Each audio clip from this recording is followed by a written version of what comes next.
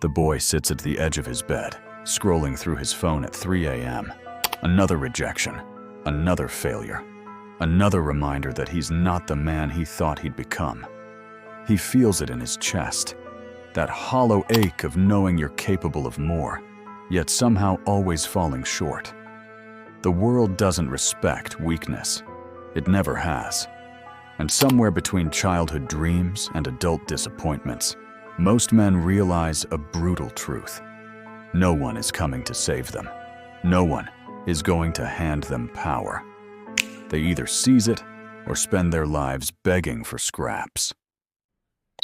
There's a name that makes moralists uncomfortable, a thinker so ruthless in his observations about human nature that his very name became synonymous with manipulation and deceit. But what if I told you that this same mind, this supposed architect of evil, understood something about masculine transformation that modern psychology is only beginning to rediscover? Niccolò Machiavelli watched princes rise and fall. He studied power not as an abstract concept, but as a living, breathing force that either consumed men or elevated them. And in his observations, he discovered something that cuts through 5 centuries of dust to pierce directly into our modern crisis of masculinity. Most men never evolve beyond emotional boyhood. They remain slaves to their impulses, their fears, their need for approval. They mistake comfort for happiness, validation for respect, and safety for strength. Look around. How many grown men do you see still waiting for permission? Still seeking mommy's approval in every woman they meet? Still raging at the world for not recognizing their unproven potential? The modern world is full of man-children, physically adult, emotionally stunted, forever trapped between who they were and who they could become. But Machiavelli saw another path, not the path of the saint or the tyrant, but the path of the prince, the man who masters himself before he masters anything else. The journey from boy to leader isn't about age. It's about a fundamental shift in how you relate to power, responsibility, and your own nature.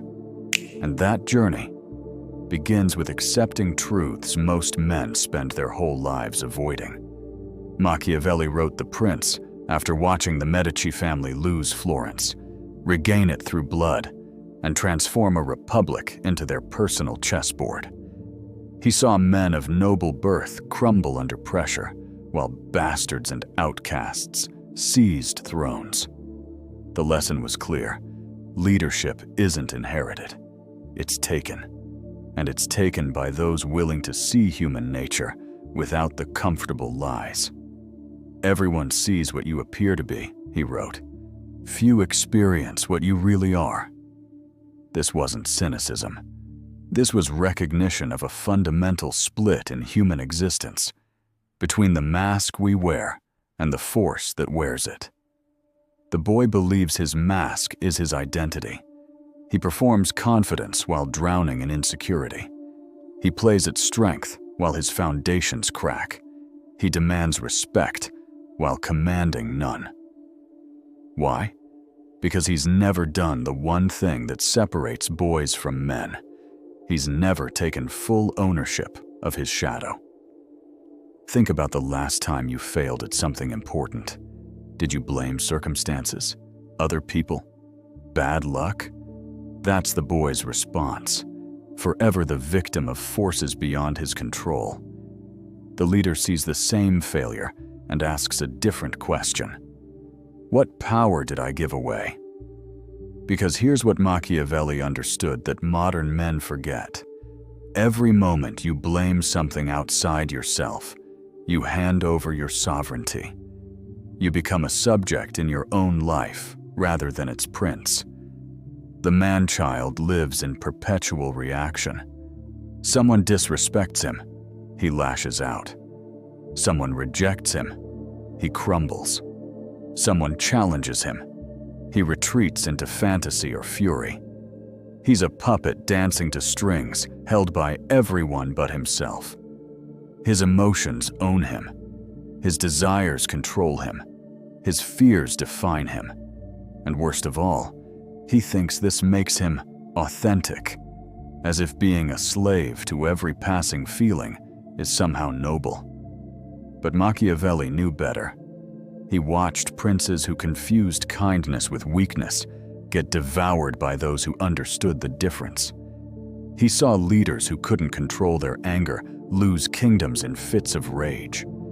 He observed how the most dangerous men weren't the openly cruel ones, but those who had mastered the art of calculated action, who could be gentle when it served them and ruthless when necessary.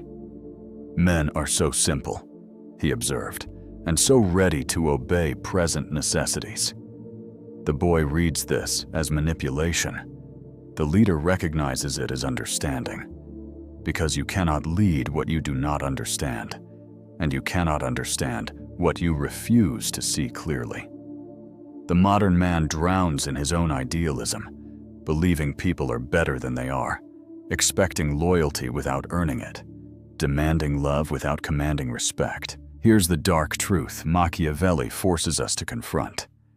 Most relationships are transactions. Most loyalty is conditional. Most love has a price. The boy rages against this reality, calling it cynical, cold, inhuman. The leader accepts it as the ground upon which all human interaction is built.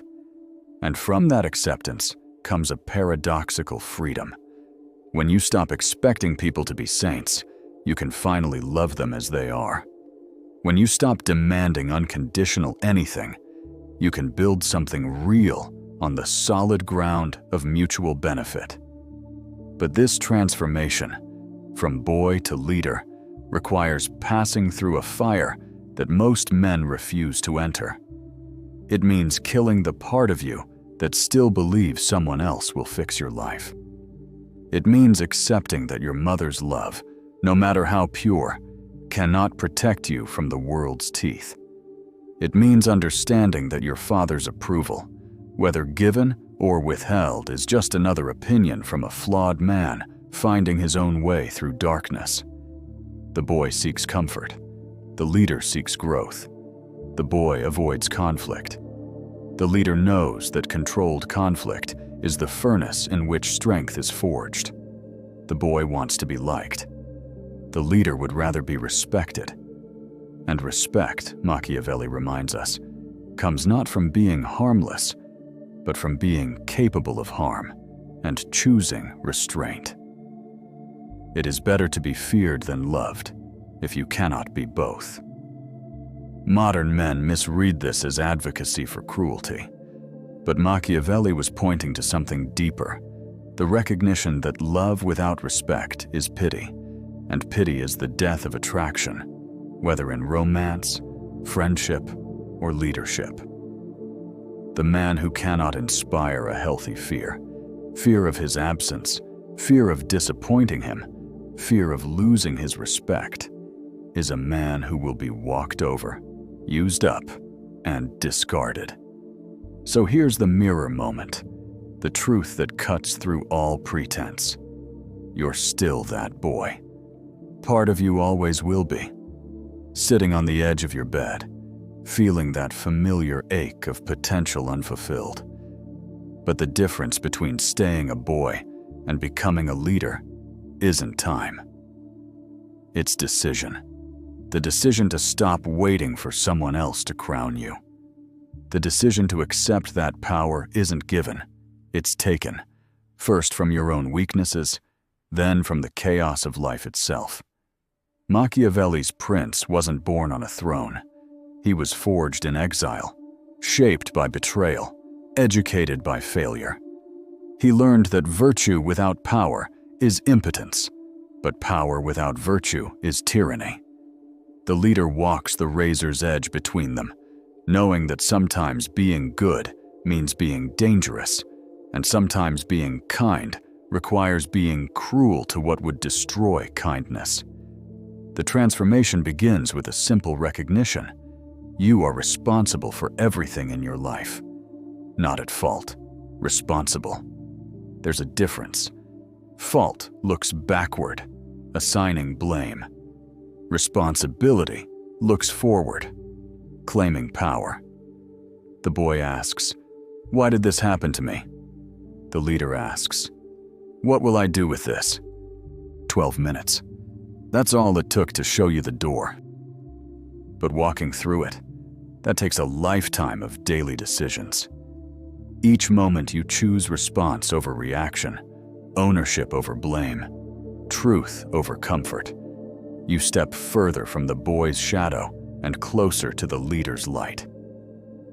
Machiavelli ends The Prince with an exhortation to seize Italy from foreign invaders. But the real invasion he was addressing was internal, the forces of chaos, weakness, and self-deception that keep men enslaved to their lesser natures. The prince he was truly writing to wasn't Lorenzo de' Medici. It was every man who sensed greatness within himself but didn't know how to claim it.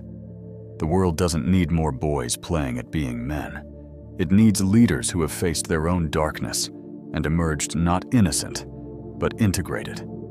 Not naive, but wise. Not harmless, but good. The throne is empty. It always has been. The only question that matters is this: will you remain the boy who dreams of power, or become the man who takes it?